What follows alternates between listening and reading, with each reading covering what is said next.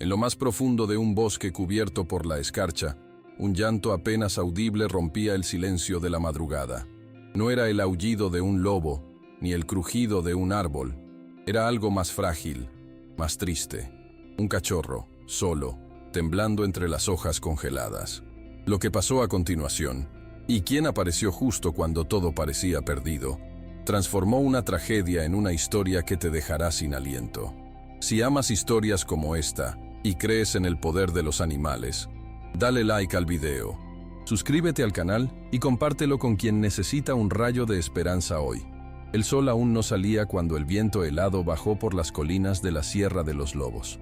Era octubre, pero el invierno se había adelantado, cubriendo cada rincón del bosque con una capa de escarcha que crujía bajo cualquier pisada.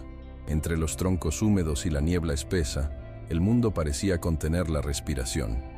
Un quejido rompió la quietud, débil, intermitente, como si el bosque mismo dudara de haberlo oído. Pero estaba ahí, un llanto bajo, agudo, desesperado. Entre los arbustos, encogido bajo un tronco hueco, había un cachorro de pastor alemán.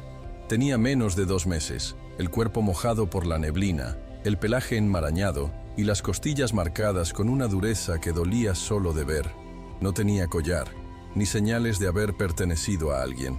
Sus ojos grandes y oscuros no brillaban, solo temblaban, llenos de miedo. Intentaba no moverse. Cada músculo le dolía. Cada respiración era una lucha. Ya no.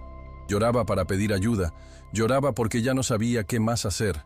El frío le mordía los huesos. El viento cortaba como cuchillas invisibles. No había nadie. Nadie. Todavía. A pocos metros, entre los helechos cubiertos de hielo, algo se movía. Un zorro. Sus pasos eran silenciosos, casi elegantes, pero sus ojos eran pura necesidad, hambre, desesperación. Tenía el pelaje revuelto, sucio de barro, y las costillas tan marcadas como las del cachorro. No era un depredador por instinto, lo era por hambre. Su hocico se alzó al aire, olfateando. El lamento del cachorro era débil, pero para un animal acostumbrado a cazar en silencio, era suficiente.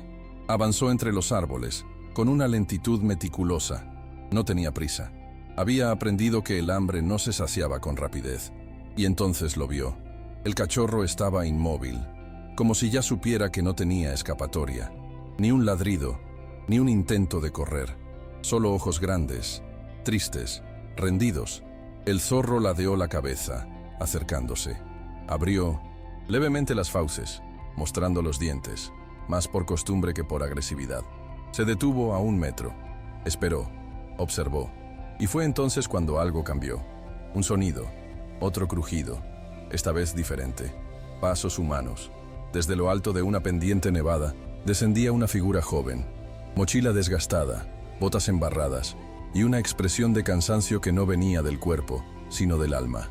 Se llamaba Iván, y caminaba por costumbre, buscando setas. O tal vez, sin saberlo, buscándose a sí mismo, después de perder a su madre. Cuando sus ojos se cruzaron con la escena, el zorro frente al cachorro, todo su mundo se detuvo. ¡Fuera de aquí! Su voz, rota y fuerte, retumbó entre los árboles. El zorro, sobresaltado, retrocedió unos pasos, mostró los dientes una vez más, y se esfumó entre los arbustos. Iván corrió pendiente abajo, resbalando entre la nieve. El cachorro ni siquiera intentó moverse. Lo miró con esa mezcla de resignación y súplica que tienen los que ya han dejado de esperar. Iván se quitó el abrigo y lo envolvió con cuidado, con una ternura que él mismo no sabía que le quedaba. El cachorro gimió bajo, apenas audible. Ya está, pequeñín, ya pasó. Y así, sin saberlo, 2 seres rotos se encontraron en mitad del bosque. Uno buscando calor, el otro, una razón. El cachorro dormía en silencio, envuelto en la chaqueta de Iván, mientras él descendía el sendero nevado con pasos torpes pero decididos. Cada crujido de la nieve bajo sus botas era como un recordatorio de que el tiempo corría. El cuerpo del pequeño seguía temblando, débil, y eso le apretaba el pecho. La cabaña donde vivía Iván no estaba lejos, pero el trayecto se hizo eterno. Era una construcción vieja de madera, heredada de su abuelo, con una estufa de leña que aún resistía los inviernos. Vivía allí desde que su madre murió de cáncer hacía apenas 5 meses. Solo, roto. Empujó la puerta con el hombro y el calor lo recibió como un abrazo. Colocó al cachorro sobre una manta cerca del fuego. El pequeño se encogió, buscando calor instintivamente. Iván se quedó mirándolo. Había algo en esa criatura que no podía explicar, algo que le había atravesado el alma. «Ya estás a salvo», susurró. Le preparó un rincón con una caja de cartón, toallas viejas y un cuenco con agua tibia. Buscó en la cocina los restos de arroz con pollo hervido, lo único que tenía. El cachorro no comió de inmediato. Lo olió con desconfianza. Luego, con una timidez casi dolorosa, dio un pequeño mordisco. Iván sonrió. Ese simple gesto, ese mordisco, fue más que una señal de vida. Fue un pacto silencioso. Esa noche, Iván no durmió. Se despertaba cada hora, solo para comprobar que el cachorro seguía respirando. Recordaba a su madre, a su perro de la infancia, a las noches cuando la tristeza aún no lo dominaba todo. Algo dentro de él empezaba a moverse. La vida, quizás. A la mañana siguiente, Iván buscó su celular y marcó al único veterinario del pueblo, el doctor Rivas, un hombre mayor, de manos firmes y voz cansada. «Tráelo mañana», le dijo. «Si está débil, dale calor. Si no tiene heridas visibles, lo urgente es que coma y beba. No es la primera vez que me llaman por un cachorro abandonado». Iván colgó con un nudo en la garganta. Miró al pequeño que lo observaba desde su rincón, con esa mezcla de miedo y esperanza que solo tienen los que han sobrevivido más de lo que deberían. No tenía nombre aún. Pensó en dejarlo en un refugio. Era lo lógico. Él apenas podía con su propia vida. Pero solo imaginar dejarlo solo otra vez le revolvía el estómago. Esa tarde lo envolvió en una manta vieja y lo llevó afuera por unos minutos. La nieve había cedido un poco. El cachorro caminaba con torpeza. Cojeaba de la pata trasera. Frío, un golpe. Era imposible saberlo. «¿Sabes? Yo no estaba buscando a nadie», le dijo Iván, agachado frente a él. «Pero tampoco creo que tú estuvieras buscando morir ahí». El cachorro no respondió, obviamente, pero lo miró, con intensidad, como si entendiera. Pasaron las horas.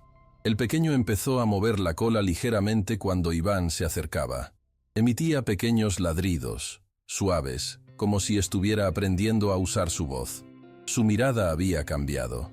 Ya no era puro terror, sino cautela y una pizca de curiosidad. Aquella noche, mientras lo veía dormir cerca del fuego, Iván murmuró algo casi sin pensar. «Kiro, me gusta para ti. ¿Qué opinas?» El cachorro abrió los ojos, luego los volvió a cerrar y suspiró. Fue entonces cuando Iván entendió que aquello no era un simple acto de caridad. Él también había sido rescatado. Los días siguientes fueron un tejido de silencios compartidos y pequeños milagros. Kiro, aunque seguía débil, comenzaba a mostrar signos de recuperación. Caminaba con más firmeza, ya no rehuía tanto el contacto. Seguía a Iván por la cabaña como si su vida dependiera de ello. Y tal vez sí, tal vez ambos lo sabían. Iván, por su parte, hablaba más. No con personas, sino con Kiro. Le contaba cosas mientras cocinaba, mientras leía en el sillón o mientras cortaba leña afuera.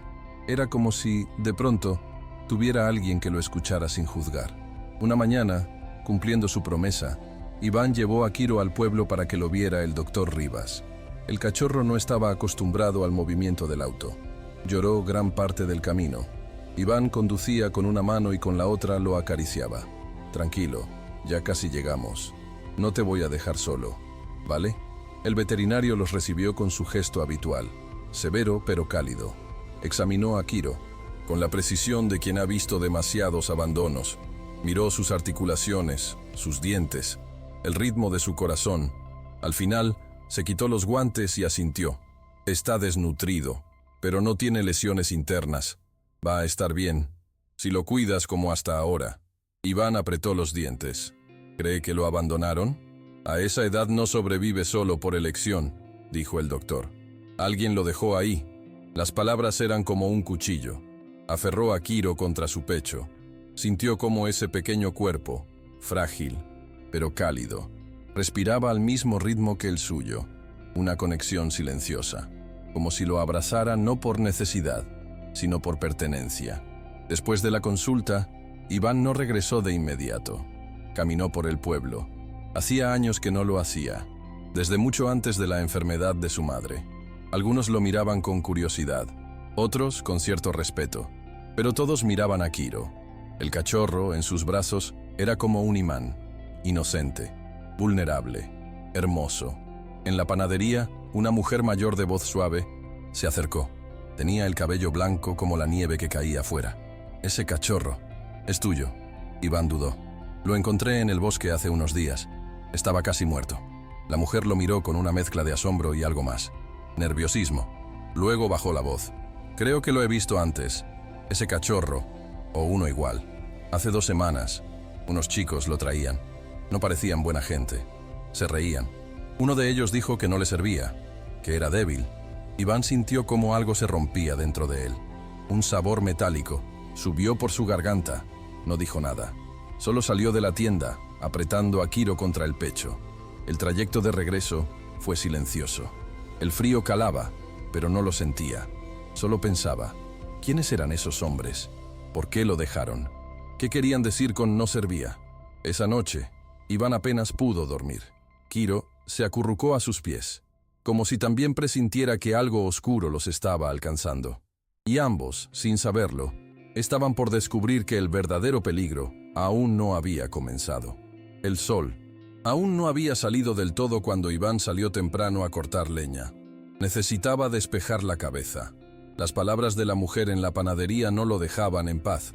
Los hombres, la risa cruel, el comentario sobre que no servía. Algo no encajaba. Algo lo inquietaba desde dentro. Kiro lo observaba desde la ventana, moviendo la cola cada vez que Iván levantaba la vista para mirarlo. Ese pequeño gesto era todo lo que Iván necesitaba para seguir adelante. Pero cuando volvió con los troncos en 1908, brazos, algo estaba mal. La puerta estaba entreabierta. Se le cayó la leña al suelo sin darse cuenta. Kiro entró corriendo. El silencio en la cabaña era denso, vacío. No había rastro del cachorro, solo unas pequeñas huellas en la nieve que salían por la puerta. Y otras, mucho más grandes. Botas. Iván no sentía el frío, no sentía nada. Solo corría. Cada segundo sin Kiro era como un corte en la piel. El recuerdo del cachorro temblando bajo la nieve.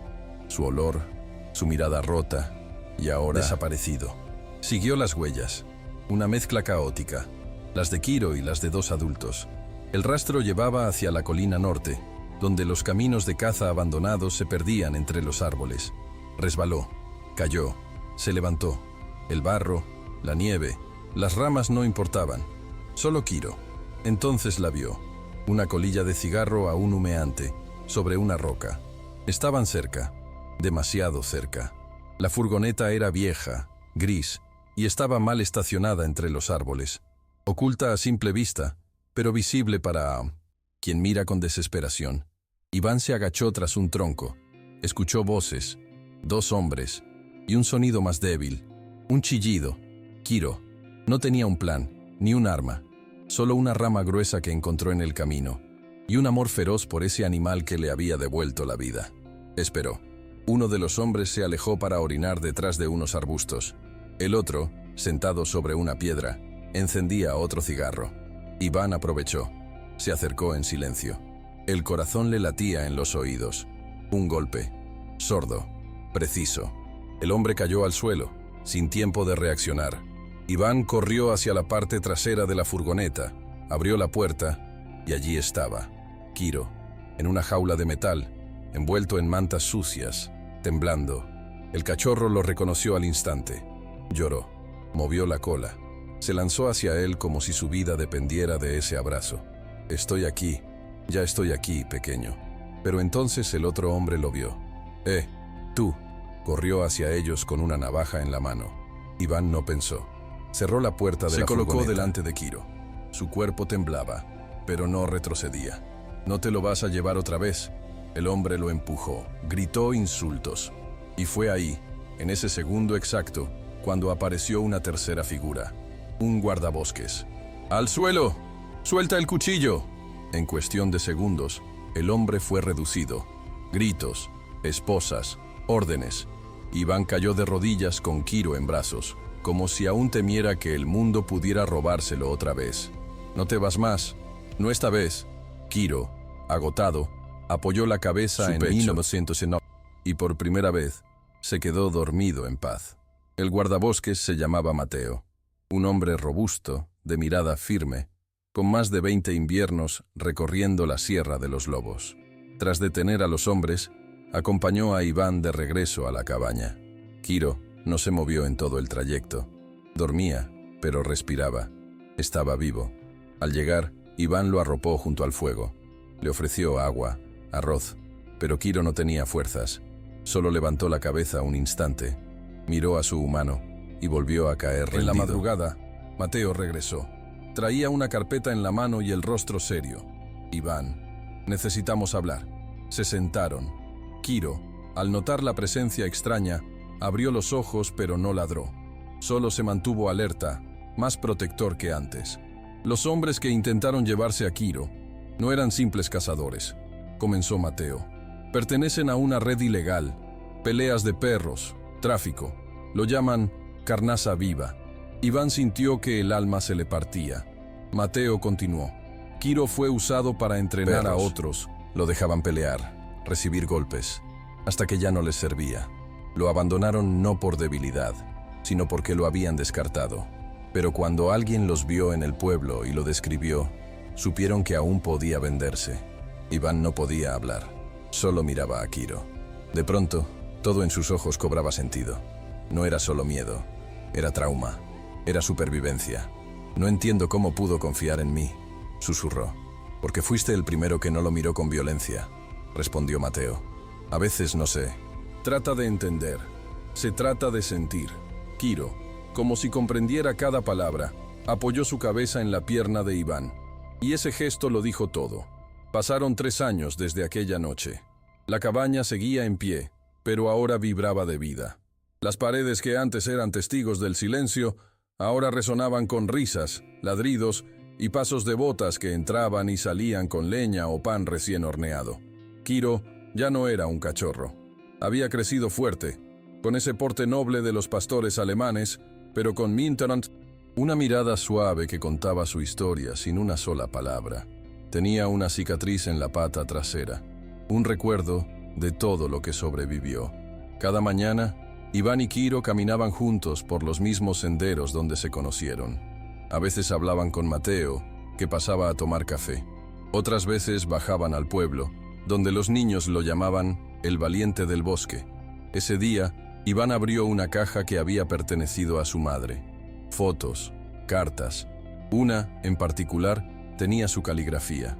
«Querido Iván, si estás leyendo esto es porque ya no te sientes tan solo. La vida te golpeó, lo sé, pero algún día vas a encontrar a alguien que te recuerde por qué vale la pena seguir. Cuando lo encuentres, no lo sueltes. Ámalo, confía. A veces el amor llega con 4 patas y una mirada herida. Te ama». Mamá Iván no pudo contener el llanto. Abrazó a Kiro con fuerza. «Gracias por llegar a mí, campeón. Gracias por quedarte. Ese invierno fue duro. Sí, pero ellos estaban preparados». Una tarde, al pasar por el mismo lugar donde se conocieron, Iván se detuvo. «¿Sabes qué pensé ese día?» Kiro lo miró, atento. «Pensé que ibas a morir, que serías un recuerdo triste más, pero resultaste ser mi comienzo». Kiro ladró una vez, como si respondiera, y juntos, hombre y perro, siguieron caminando por el sendero, no como un dueño y su mascota, sino como 2 almas que se salvaron mutuamente.